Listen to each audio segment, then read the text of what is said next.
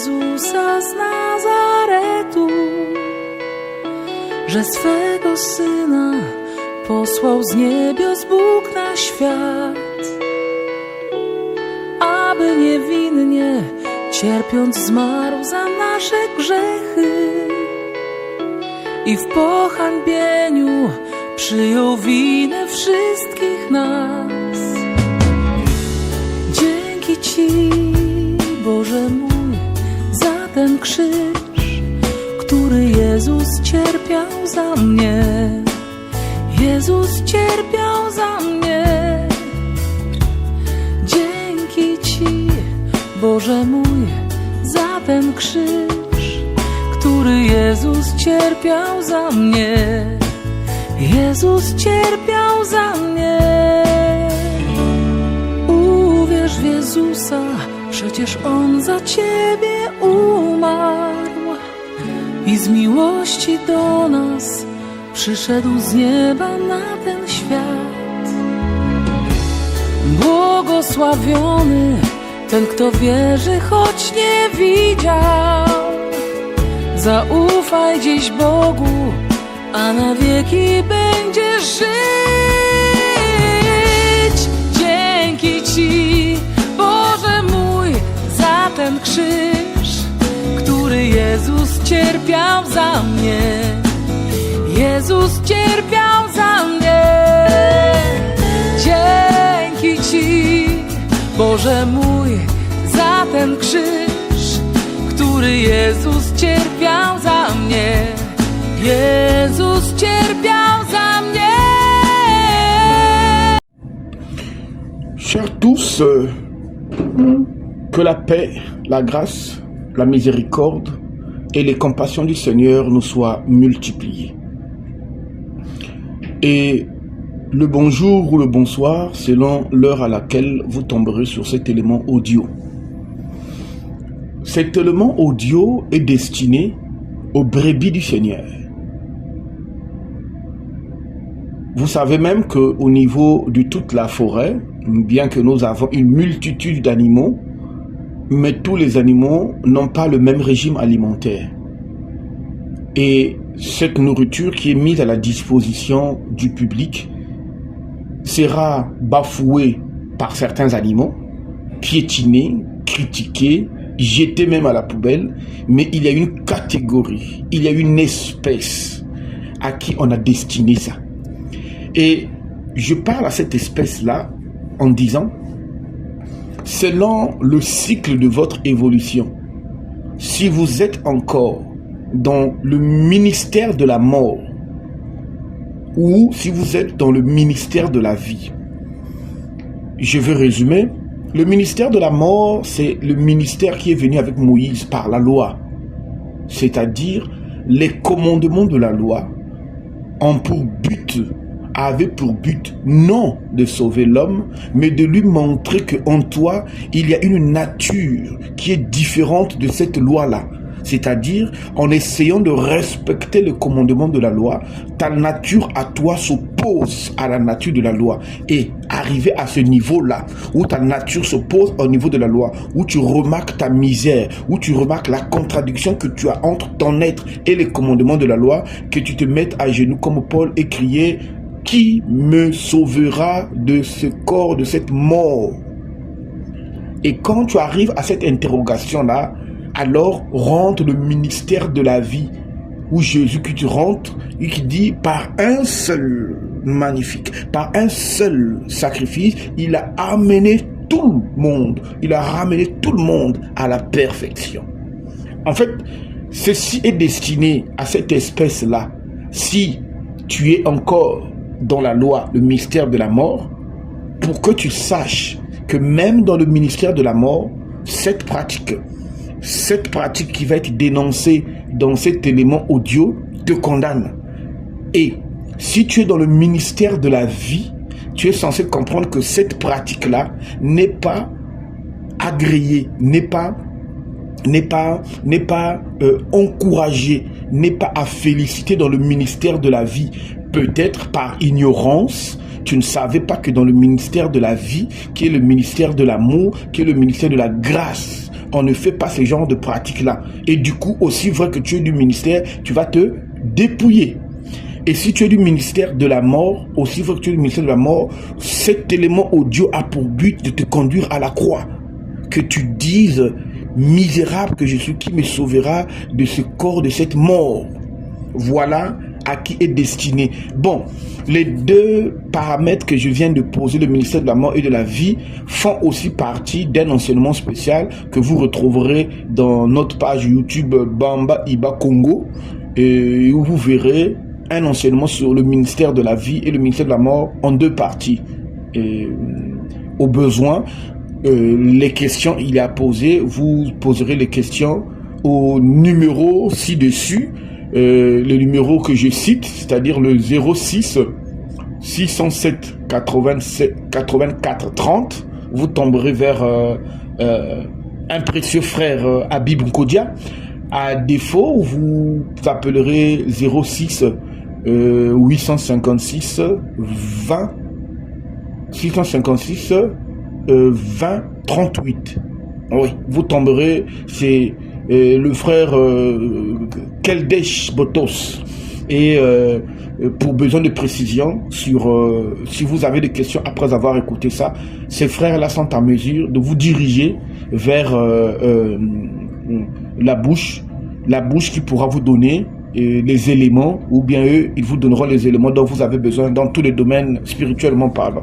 Revenons sur l'essentiel. Donc, de quelle pratique il s'agit? Il s'agit d'une pratique qu'on appelle en français les prêts à usure. Si vous voulez, en français encore plus accessible à tout le monde, les prêts avec intérêt. Si vous voulez, encore, entre nous comme je suis congolais, de Pointe-Noire, on appelle ça les bailleurs. Ceux qui baillent l'argent. Je ne sais même pas si c'est français aussi. On dit comme ça en Kikongo. Et en Kibaye Kembongo. Donc, ce que j'ai envie, ce que nous allons voir maintenant, c'est voir celui qui baille l'argent. Comprenez que l'expression là, je ne sais pas si elle est française, hein, mais j'utilise ça pour une meilleure compréhension. Ou celui qui prête avec intérêt. Quelle est la position biblique de cette pratique? Dieu dit quoi? Peu importe qu'il s'agisse du ministère de la loi, peu importe qu'il s'agisse du ministère de la grâce. Qu'est-ce que le Seigneur dit de cette pratique? Mais nous ne pouvons pas juste déballer les choses de nous-mêmes.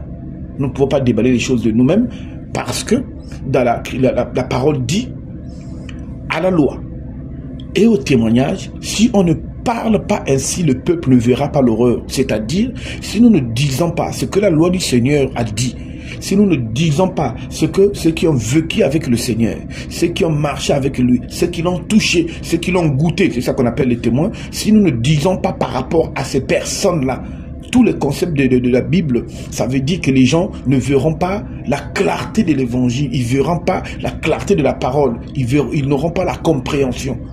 Voilà pourquoi toutefois que je me présente devant vous, je vous garde toujours au niveau de Matthieu 18, à partir du 15e verset où il est écrit « Toute affaire doit être établie sur déposition de 2 ou 3 témoins. » Nous trouverons la même chose aussi dans Deutéronome 19 à partir du 16e verset qui nous dit que toute affaire, il faut la déposition de 2 ou 3 témoins. Alors nous, pour résoudre ce problème-là, est-ce que c'est bien de prêter avec intérêt? Est-ce que c'est bien? Dieu, il dit quoi? Alors, on va faire appel au témoin. N'oubliez pas que le témoin, c'est celui qui a vu, touché, senti, et avoir vécu avec le Seigneur. Alors, moi, j'appelle mon premier témoin. J'appelle à la barre un grand frère qu'on appelle le prophète Moïse, le plus grand de la loi, que la Bible dit, il n'a jamais paru un prophète comme lui. Laissez d'abord le côté Jean-Baptiste qui est le plus grand, mais comprenez un peu ce que je dis. Alors, j'appelle à la barre Moïse, toi qui as vu Dieu face à face, toi qui as parlé avec Dieu face à face, comme on parle avec un ami. Quand tu lui as posé la question là, ou Dieu, qu'est-ce qu'il t'a dit sur les prêts d'argent? Alors Moïse nous dit, Dieu m'a dit sur les prêts d'argent, par rapport à Exode 22. Alors, en appelant Moïse, nous allons écouter ce que le Seigneur dit de cette pratique. Vous savez, nous sommes nés dans un monde tellement pervers et tordu que la loi du Seigneur n'est plus un problème à observer. Ce qui intéresse les gens, c'est amasser. Donc vous allez voir ces personnes, toi qui m'écoutes, toi qui es dans cette pratique de faire des gages de faire des prêts à intérêt. Toi qui te dis non mais moi j'ai une bonne moralité, toi qui penses qu'en faisant ces choses-là que tu es agréé par le Seigneur, ou toi qui penses que je suis chrétien, et il y a d'autres qui se disent même chrétien, un chrétien qui fait les prêts à intérêt, un chrétien. On va revenir d'abord sur ce cas-là. Parlons d'abord de la loi en général. On va revenir sur le... Que dit la loi? La loi dit dans Exode 22, à partir du verset 25, ceci: si tu prêtes de l'argent à mon peuple, virgule, au pauvre qui est avec toi, tu ne seras point à son égard comme un créancier. Tu n'exigeras de lui point d'intérêt. Quand on a dit point d'intérêt, c'est différent de pas d'intérêt. Pas d'intérêt, tu ne peux pas demander d'intérêt aujourd'hui. Demain, tu demandes. Mais quand on dit point d'intérêt, donc bibliquement, conformément à la loi, il n'est pas défendu de prêter. Il n'est pas défendu de prêter. Il n'est pas défendu d'emprunter. Mais le cas de toi qui prêtes de l'argent, quand tu le prêtes, ne lui fixe pas une taxe dessus. Oh non, moi je suis bien, moi je suis chrétien, moi quand je prête c'est seulement à 10%. Non, c'est une pratique mauvaise. Parce que la Bible déclare, si quelqu'un détourne son oreille de la loi, sa prière même est une abomination. Donc après avoir donné quelque chose à quelqu'un pour dire, prends, là, quand tu vas me remettre ça dans 2 semaines, dans un mois, si moi je prends un mois, 30% d'intérêt, 25%, tu es un maudit. Tu es un maudit. Peu importe ce que tu vas amasser. Peu importe si ça te permet de construire des maisons, envoyer les enfants à l'étranger et tout ça. Humainement, c'est bien. Humainement, tu prospères. Humainement, ça te permet d'amasser les biens et tout ça. Mais l'Écriture déclare, dans Marc 8, à partir du verset 36, à quoi sert-il à un homme d'avoir le monde entier s'il perdait son âme? Et la Bible ajoute encore, qu'est-ce qu'un homme va donner pour son âme? C'est parce que nous avons la réalité d'ici, c'est bien, on est vu, on a entendu. Il y a de l'autre côté des bailleurs qui sont morts, qui auraient bien voulu écouter ce que tu entends aujourd'hui. Il est interdit, interdit.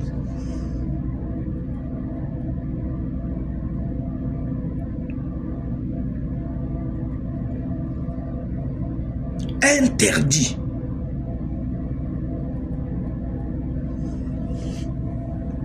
Ça fait mal. Parce que quand vous faites les bails, on t'emmène 10, 20%.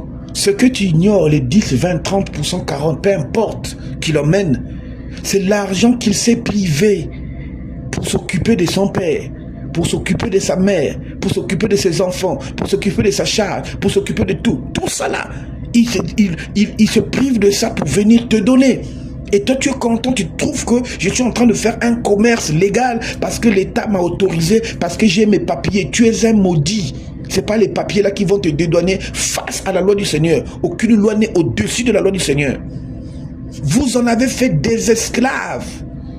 Il y a des ceux d'année en année en année. Il prend, il paie l'intérêt, il reprend encore, il paie l'intérêt. Et toi, tu en as fait des esclaves. Et tu rendras compte de ça au nom de Jésus-Christ de Nazareth.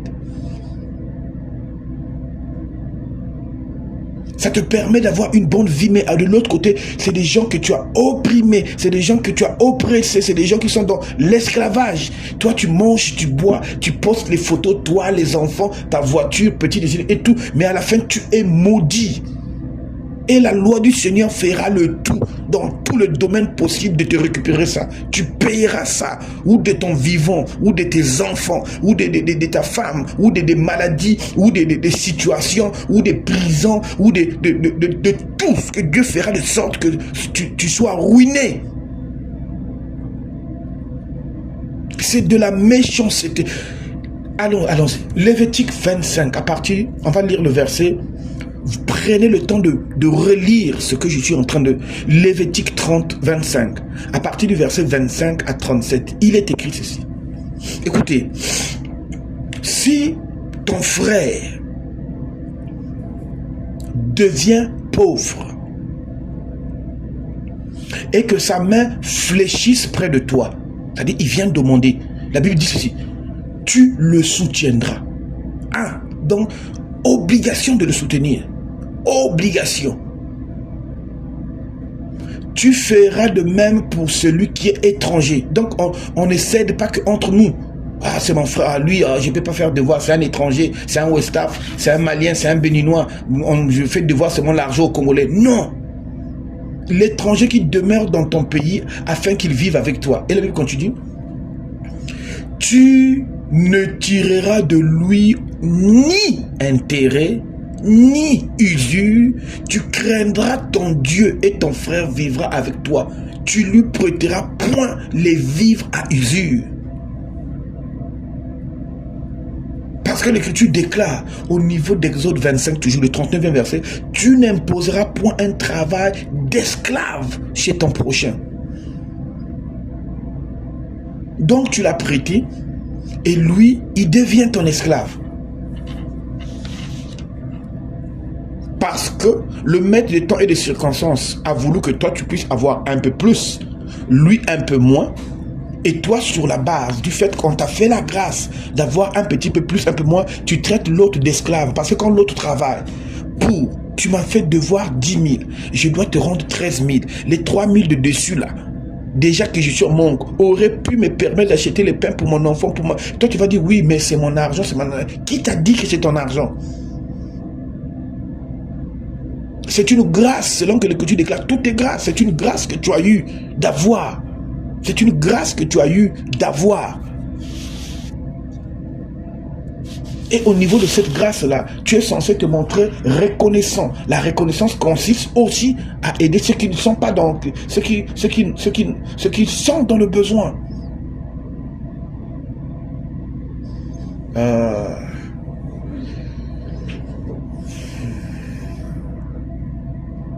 Et tu vois, vous allez trouver, il y a d'autres... Quand il fait devoir, mes chers, mais la personne qui lui doit ne dort même plus. C'est harcèlement, il vient chez la personne, il vient, j'ai saisi ta télévision, j'ai saisi ta voiture, j'ai saisi ta brouette, j'ai saisi peu importe, parce que moi, c'est mon argent, tu dois donner mon argent, si c'est pas mon argent, toi tu es un maudit. Écoute ce que l'Écriture déclare. L'Écriture dit, si tu prends en gage le vêtement de ton frère, c'est-à-dire ce qui est le plus basique, bibliquement la Bible dit, tu dois lui rendre ça avant le coucher du soleil. Toi qui as dans ta maison les affaires d'autrui, la télé d'autrui, la voiture d'autrui, les vêtements, les machines électroménagères, peu importe le permis de conduire de quelqu'un, la pièce d'identité, peu importe que tu avais pris, parce que la personne est venue prêter de l'argent chez toi, bibliquement va le lui remettre. La Bible dit dans Deutéronome 24, à partir du 6e verset, dit ceci. On ne prendra point pour gage les 2 meules, ni la meule de dessus, car ce serait prendre pour gage la vie même de ton frère. Je vous explique. Les meules, c'est-à-dire les dispositifs qui écrasaient les grains, étaient constitués de 2 grosses pierres. Donc, ces gens vivaient à cause de ces grosses pierres. C'est-à-dire, c'est ça qui leur permettait d'écraser les grains pour faire, comment on appelle ça, pour faire de la farine. Donc, si ton frère te doit et que tu viennes saisir le truc par lequel il travaille, mais tu l'as tué. Il y a des gens comme ça. Il t'a fait un prêt. les circonstances n'ont pas permis que tu puisses payer le prêt là. Si par exemple tu es un taximan, il vient te saisir ton taxi. Il vient te saisir les papiers de la parcelle. Il vient te saisir, il est content, il trouve qu'il a fait quelque chose de bien, sous prétexte que c'est mon argent. Et puis le soir, tu vas le voir avant de dormir, il se met à genoux pour prier, Seigneur, maintenant que je vais dormir, prie pour moi. Tu es maudit. Il est interdit. Le gage bibliquement, quand on le prend, maximum 18 heures, il faut remettre. Et ce qui est bien avec le Seigneur. Et il a même montré comment on prend le gage. Dans Deutéronome 24, à partir du verset 10, il est dit ceci. Si tu fais à ton prochain un prêt quelconque, écoute, tu n'entreras point dans sa maison pour saisir son gage. La Bible dit, tu resteras dehors et c'est celui qui t'a fait celui à qui tu as fait le prêt qui t'apportera le gage. Dieu ne se contredit pas. Tu peux prendre un gage. À une condition, le gage doit être remis avant le soir. Et deux, quand tu veux prendre un gage, tu ne rentres pas dans la parcelle d'autrui. Mais qu'est-ce qu'on a assisté? On a vu des gens qui humilient les pères de famille, humilient les mères de famille, humilient leurs prochains, arrivent à la maison devant femmes et enfants. Il emmène la police, il vient prendre le papa de trouille devant ses enfants, répondez-vous. Il vient prendre la maman de trouille, le frère de trouille, l'enfant de trouille, devant sa famille. La police, convocation, il envoie les militaires. Parfois, la femme de ce monsieur-là est même enceinte. Quelle tristesse, quel traumatisme. Tu emmènes dans le foyer de quelqu'un, tout ça là, parce que tu dois récolter. Et à la fin, le dimanche, on te voit avec une grosse Bible, tu vas aller prier. Espèce de païen.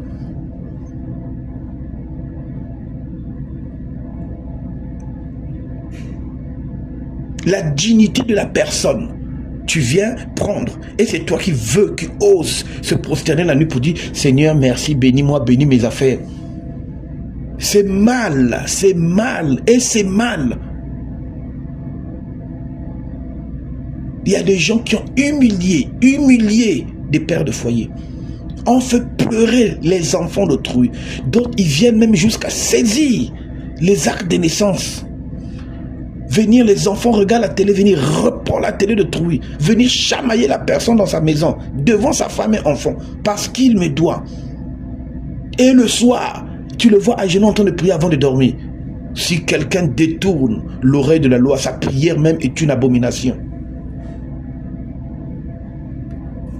Et puis comme ça, à la fin, on te dit, non, je suis chrétien.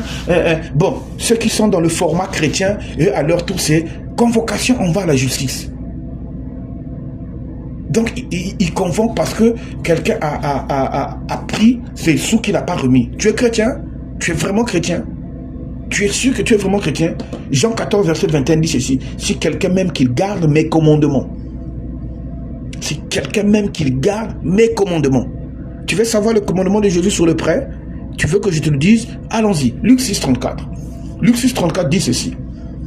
Si vous prêtez seulement à ceux à qui vous espérez recevoir quelque chose en retour, à quoi cela vous sert? Même les pécheurs prêtent aux pécheurs afin de recevoir quelque chose en retour. Et il ajoute, Luc 6, verset 35, prêtez sans rien espérer en retour, et votre récompense sera grande, et vous serez appelés fils du Dieu très haut, car il fait, car il est bon pour les ingrats et pour les méchants. Arrête de baratiner les gens, tu cherches Dieu, tu sers Dieu, tu crains Dieu, alors accomplis Luc 6, verset 5 à 6. Prête, sans rien espérer en retour. Ah, mon frère, moi j'ai un problème. Il y a l'enfant qui est malade et tout là. J'ai une ordonnance, c'est 50 000. Ah, moi, mon argent, si je te donne 50 000, il faut que tu me remettes 15 000 dessus, hein, parce que tu vois, c'est mon argent que je travaille avec païen. Si tu es chrétien, tu vas dire, mon frère, prends les 50 000, soigne ta femme et tes enfants, mais pense à moi quand le Seigneur permettra que tu reçois. Pense à moi. C'est tout. Cependant, prends d'abord un papier, décharge, reconnaissance de dette. J'ai sous-signé, un tel reconnaît avoir fait devoir un tel, un montant 2. Il y a d'autres, il y a d'autres. Il t'a fait un prêt de 50 000 pour ne pas qu'il soit tracé au niveau de la justice. Il dit non, non, mets déjà 65 000, donc tu mets déjà le prêt et déjà l'intérêt dedans, comme ça le jour J, il va dire, ah non, non, moi je l'avais prêté 65 000. Mais comme la personne est dans le besoin, comme la personne est entre la vie et la mort, comme la personne ne s'en sort pas, que veux-tu? Il espère dans des conditions meilleures. Et il te dit, donne, quand je vais avoir, je vais remettre.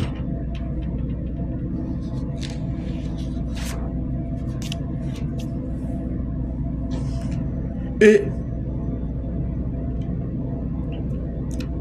bibliquement, il n'est pas défendu d'aller emprunter. Bibliquement. Parce que la Bible dit dans Romains 13, à partir du 8e verset, « N'ayez aucune dette envers personne, sauf la dette de l'amour que vous devez avoir entre vous. Mais une circonstance peut faire de sorte que tu fléchisses la main devant un prochain. Mais quand il te donne, toi, dès que tu as, tu remets, à moins que les circonstances puissent aller de pire en pire. Ça peut arriver. Que quelqu'un, que tu doives, et tu espérais sur quelque chose qui n'a pas marché, et puis ça traîne en longueur. Mais aussi vrai que cela dépend de toi, va payer l'argent d'autrui. Appelle, j'allais te payer tel jour, mais je n'ai pas eu, je peux te remettre ceci. Si l'autre est humain, si l'autre a reçu l'évangile, va comprendre à sa sincérité. Tu dis, mais si je fais ça, tout le monde va m'arnaquer. Mais si tout le monde t'arnaque, c'est Dieu qui permet que tout le monde t'arnaque. Si quelqu'un vient te demander quelque chose, il était écrit dans ton livre de vie qu'un tel viendra te demander quelque chose.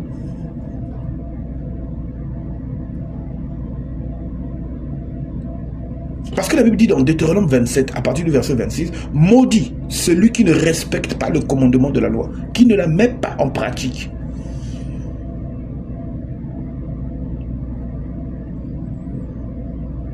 C'est une pratique très mauvaise.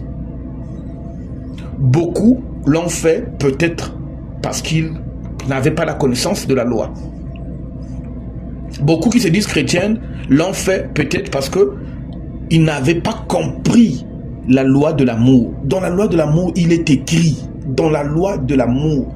Pourquoi il est écrit dans Luc 6, à partir du verset 46, donc vous lisez 46, 47, 48 par là, il est écrit: pourquoi m'appelez-vous Seigneur, Seigneur, si vous ne faites pas ce que je vous dis? Tu penses que Jésus est ton Seigneur? Tant que le ciel et la terre existeront, la loi est toujours valable. Le même tu ne tueras pas qu'on avait dit depuis Moïse là, jusqu'à présent c'est valable. Le même qu'on a dit, ne prête pas à ton frère par intérêt. Le même là est toujours valable. Jusqu'à maintenant. Donc si tu as la loi de l'amour en toi par le Saint-Esprit, que la loi là est censée te dire, ce que tu fais là c'est mal. Si tu étais à la place de l'autre, ce serait pas bien. Ne fais pas ça. Parce que l'Écriture te le dit. Faites aux autres ce que vous voulez que les autres fassent pour vous. Matthieu 7 à partir du 12e verset. Donc tu ne peux pas avoir un frère, un prochain, quelqu'un qui est devant toi, qui est dans le besoin. Peu importe sa situation, donne-moi un petit 100 000, moi pour te donner, il faut que tu me donnes 30 000 dessus. Et puis le soir, tu vas te procéder, Seigneur, garde moi, ma famille et mes enfants. Et puis le dimanche, on te voit avec une grosse Bible, tu vas, moi je suis chrétien, mais tu n'es pas chrétien, on t'a pas enseigné. Si tu es chrétien, quand tu te dis chrétien, si tu l'es, ça veut dire que tu as la loi de l'esprit de vie. La loi de l'esprit de vie par la grâce en Jésus-Christ est censée te montrer que fais aux autres. Ce que je dis, je ne parle pas de connaissance des commandements. Je parle d'un état d'esprit.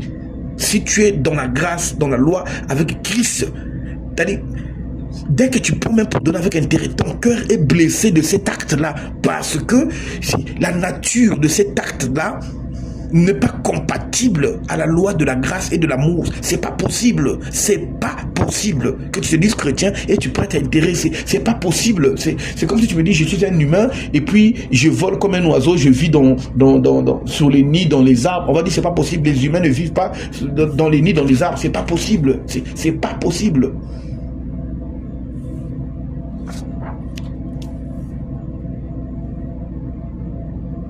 Maintenant, si tu dis, oui, moi, je suis dans les œuvres de la loi et tout là, voici ce que les œuvres de la loi dit. Les œuvres de la loi, voici ce que la loi dit plutôt. La loi défend. de prêter à intérêt. La loi défend de prêter à intérêt. Exode 22, verset 25. Lévitique 25, 35, 37. Exode 25, verset 39. La loi défend de prêter à intérêt. Et la loi défend de venir prendre les gars. Tu vas trouver quelqu'un dans sa voiture, dans sa parcelle, il a garé des voitures des gens. Ce à quoi le monsieur s'en sert pour aller au travail, c'est encore le monsieur s'en sert pour dépanner ses enfants déposés à l'école, c'est encore ce monsieur sert peut-être pour son commerce, pour son activité et tout là. Tu gardes ça parce que tu as rendu service à quelqu'un et le soir tu oses te mettre à genoux. Donc le monsieur se prie parce qu'il est dans une situation. Il n'est pas le maître de temps et des circonstances. Comme cela est dit dans Daniel. C'est Dieu qui nous fait passer par des adversités. Tu es content aujourd'hui c'est toi. Parce que tu as la grâce.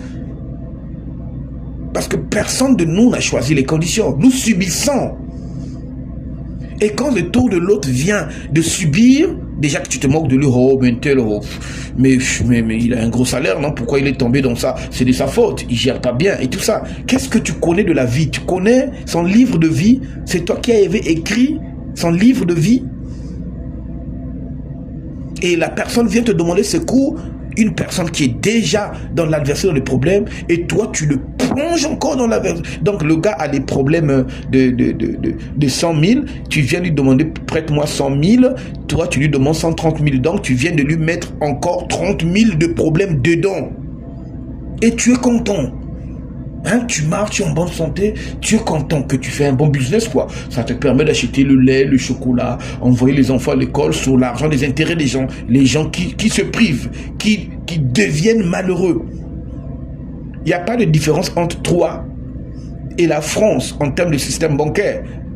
Le franc CFA, il n'y a pas de différence entre toi et un colonisateur.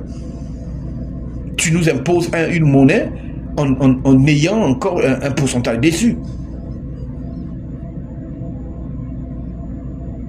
Combien de gens tu as enfermés? Combien de gens tu as envoyé des convocations? Combien de gens tu as rendu malheureux? Combien de gens tu as attristé? Combien de dignités tu as enlevées? Combien de gens tu as frustré? Combien des épouses tu as minimisé devant leur mari? Combien de maris tu as minimisé devant leur famille, de leurs enfants? Combien? Repens-toi de ça. Jésus pouvait dire à quoi? Marc 8, verset 36. À quoi te sert-il d'avoir 2 maisons, 3, 4, 5, 6, 10 voitures? La voiture, tu as gardé les télés, les machines à laver, tout ce que tu prends, tu gardes. Tout ça pourquoi? Parce que je les ai prêtés de l'argent. Mais prête sans rien recevoir en retour. Si tu veux, ne prête pas.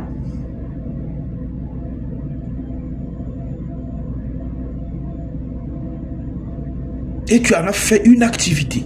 Tu vas dire, oui, mais c'est une activité, moi je vis par rapport à ça. Mon cher, il y a une profession, il y a une aptitude, je vais appeler ça, ou une compétence de la médecine qui consiste à curer, à faire des avortements. C'est une profession légalisée par les humains. Mais la parole de Dieu est contre le curettage. Alors là, on fait le choix. Donc, c'est pas parce que c'est une activité, mais moi, je vis de ça et tout. Mais je fais comment?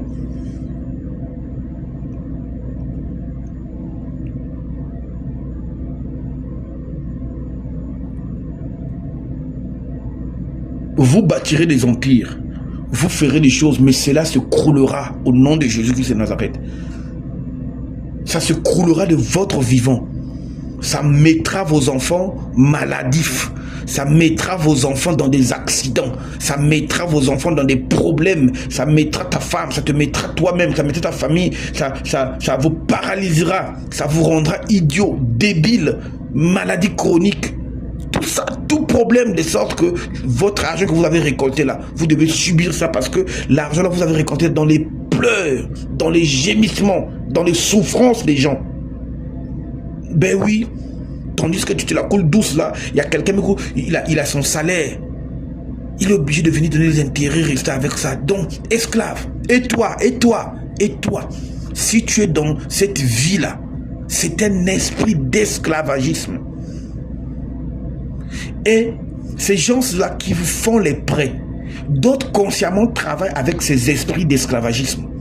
D'autres, par contre, ils ne travaillent pas avec ça, mais c'est une activité qui est régie par ces esprits-là. Donc, qu'ils travaillent de façon volontaire avec ces esprits ou involontaire, ces esprits-là sont là parce que le système est pour eux. Ah oui. Oh non, mais moi je fais mes trucs, je n'ai pas des grilles derrière. Tu n'as pas les grilles derrière, c'est toi qui n'as pas les grilles. Mais les esprits de ces choses-là sont derrière parce que c'est leur chose. Et tu travailles pour eux. Tu n'en crois pas, il n'y a pas de problème. Ferme les yeux seulement. Tu verras que j'avais écouté ça. Ils seront devant toi pour dire, tu as travaillé pour nous. On rentre dans notre royaume à nous. Ah oui. Ce n'est pas vous qui avez établi les règles spirituelles. C'est comme ça. Parce qu'il y a une règle spirituelle qui dit, je prends dans les Écritures, je vous montre le côté obscur. La règle spirituelle dit, là où est le cadavre, là s'assemblent les aigles. C'est le principe qui est comme ça. Là où il y a un corps en décomposition, là aussi les vautours, les charognards viennent. Donc c'est pas le corps en décomposition. On va dire, oh non, moi je suis en décomposition, les charognards ne venaient pas. Les charognards viennent parce que ça fait partie de leur nature. C'est leur aliment, c'est leur business, appelons ça comme ça. Donc, les prêts à intérêt, les prêts à usure, c'est cette pratique démoniaque, cette pratique issue d'un manque d'amour, cette pratique qui est une offense, insulte face au maître du temps et des circonstances. Dès que tu déclenches ça, les esprits d'esclavagisme viennent et vous trouverez toujours des gens que vous allez esclavagiser. On prend d'abord l'intérêt, je garde le capital, donne d'abord l'intérêt, le gars, tu l'as fait rentrer dans l'esclavagisme. Tu vas dire, mais c'est pas moi, mais c'est lui, mais c'est toi qui nourris cet esprit-là par ton commerce. Donc je disais, toi qui es dans cette vie-là, esclave pendant des mois, pendant des années, pendant des décennies, esclave des bailleurs, cherche à être délivré. Cherche à être délivré. Ta délivrance ne viendra pas, ouais, j'attends l'argent, je vais payer, j'attends, tu payeras l'argent, une autre circonstance viendra, tu retourneras encore là-bas. C'est comme ça. Il te faut être délivré.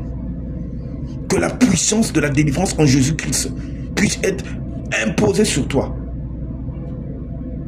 Et alors, quand tu auras l'argent, quand tu payeras, tu payeras. Je ne dis pas qu'en priant sur toi et puis les dettes vont disparaître. Non, hein. On te délivre d'abord du côté spirituel de cet esprit. Physiquement, bats-toi à finir tes dettes. Quand tu finiras tes dettes, le Saint-Esprit te donnera la force d'évoluer, te donnera la force de supporter certaines galères. Et oui, te donnera l'esprit de contentement. Il y a d'autres, ils ne supportent pas de ne pas avoir 10 000. Donc, il faut aller devoir. C'est cet esclavagisme-là, cet esprit-là. Si je ne sors pas, si je ne bois pas, si je n'achète pas ceci, si je ne fais pas ceci, si je ne fais pas ça, ça c'est toi. Et ton manque de contentement qui t'ont poussé là-bas, l'argent étant la racine de tous les maux, voilà, d'autres sont plongés dans des regrets. Il y a d'autres aussi, au-delà de leur force. Il a fait des choses, mais les circonstances lui tombent dessus. Il a eu un moment d'investissement, mais les circonstances lui tombent dessus.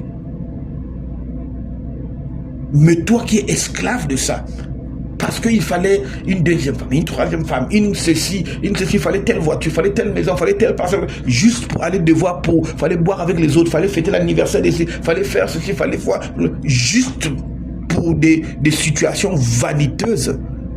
Non, il y a de ceux qui ont des situations dignes, qui méritent d'avoir un prêt. Hein. Il a une urgence mortuaire, il a une urgence de voyage de son enfant, il a une urgence, tu comprends, il y a des trucs qui sont normaux, qui nécessitent qu'il a besoin d'un secours. C'est plutôt, il tombe face à des mauvais secoureurs. Mais toi qui es dans cette vie-là, tu n'arrives pas à t'en sortir d'année en année. Tu ne vis que de près. Ton salaire ne te fait même plus voir les prépas. Va chercher la délivrance. Les numéros donnés en début de comment on appelle ça, en début de cet élément audio là, appelle ce numéro là et qu'on prie pour toi sincèrement. Et suis la discipline que donnera le Saint-Esprit. Tu seras libéré. Il n'y a aucune alliance qui est au-dessus de la croix. Aucune qu'on ne te montre pas. Oh non, moi j'ai été maudit, on m'a dit que je ferais rien de mon argent et tout ça. C'est vrai, c'est l'expression de la malédiction qui est sur toi, qui t'a poussé vers ces esprits d'esclavagisme parce que on te l'avait collé. Mais aucune alliance, aucun contrat n'est au-dessus de la croix. Le contrat de la croix arrive à défaire tous les contrats parce qu'il les a dépouillés. Le contrat de la croix dépouille tous les contrats qu'on a mis sur ta vie et toute réclamation. Toi qui es dans cette situation-là, approche-toi de ce numéro-là. Maintenant, vous qui êtes dans cette pratique-là, si vous étiez dans l'ignorance, répentez-vous. Pleurez, répentez-vous de tous les maux que vous avez eu à faire. Tout ce mal-là, les gens que vous avez humiliés, ruinés, salis, séquestrer, faire fouetter, faire perdre leurs biens. Il y a d'autres, il doit tellement qu'il n'arrive plus. Il n'arrive plus. Il dit, bon, la voiture que je t'avais donnée là, je te laisse ça seulement. Ajoute-moi ceci, prends. Et toi, tu es content d'avoir acheté une voiture que quelqu'un a souffert. Tu es content. Malheur à toi. Malheur à toi. Et puis comme ça, le soir, tu vas te procéder pour dire, ah, j'ai fait une belle action. Mais tu as esclavagisé quelqu'un au point où l'esclave n'en pouvait pas. Il a dit, prends. Le gage ne doit pas dépasser la journée.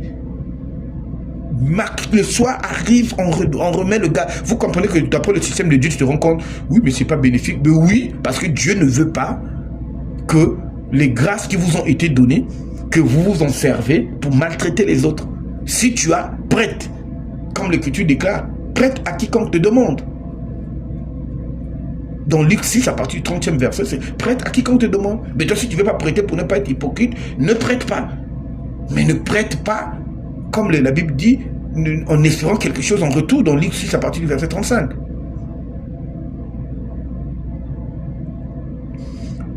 Que ce voice, par le Saint-Esprit, vous délivre de cette pratique. C'est de la méchanceté. C'est de la méchanceté. C'est de la méchanceté. Vous l'avez fait par ignorance. Répentez-vous. L'Écriture déclare, celui qui confesse son péché et le délaisse obtient miséricorde. Peut-être que vous n'étiez pas conscient. Ou peut-être que vous étiez conscient, mais il vous manquait la puissance du Saint-Esprit pour vous sortir de là. Par les paroles qui viennent de sortir, que la puissance du Saint-Esprit te libère de cette pratique. Toi qui le fais, toi qui le pratiques. Que le Saint-Esprit te donne la force de te décaler, de sortir de là.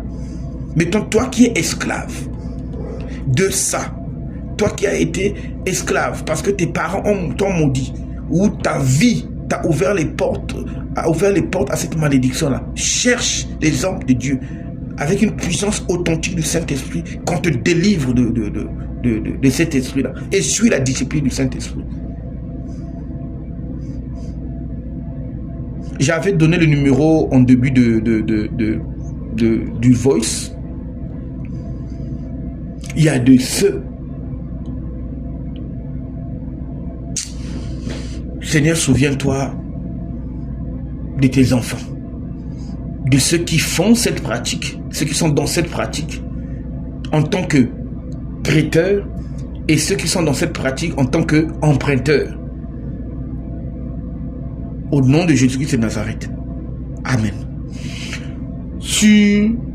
Pour rentrer en contact, pour ceux qui ont besoin de prière dans ce cas-là, peu importe qu'ils soient prêteurs ou emprunteurs, les numéros que j'avais donnés au début, le 06 607 84 30, c'est le frère Abil Nkodia, et le 06 856 20 38, le frère Keldesh Botos. Ils peuvent prier pour vous. Vous pouvez jeûner ensemble avec ce frère, prier pour vous et suivre la discipline du Saint-Esprit pour en être délivré. Et pour connaître encore plus sur ce que dit la parole de Dieu. Ceci est adressé aux enfants de Dieu. Ceci est adressé au blé. Si tu es livré, c'est pas pour toi. Continue dans ce que tu fais, comme la Bible dit, que ceux qui se souillent encore. C'est destiné pour livrer. Nous rentrons pour nous bientôt chez nous. Nous sommes en route pour chez nous. la montagne de Sion, la nouvelle Jérusalem. Nous partons pour nous. Que ces paroles, trouvez dans ces paroles le Saint-Esprit, l'Esprit nécessaire pour vous dépouiller de ces pratiques. Au nom de Jésus-Christ de Nazareth. Amen.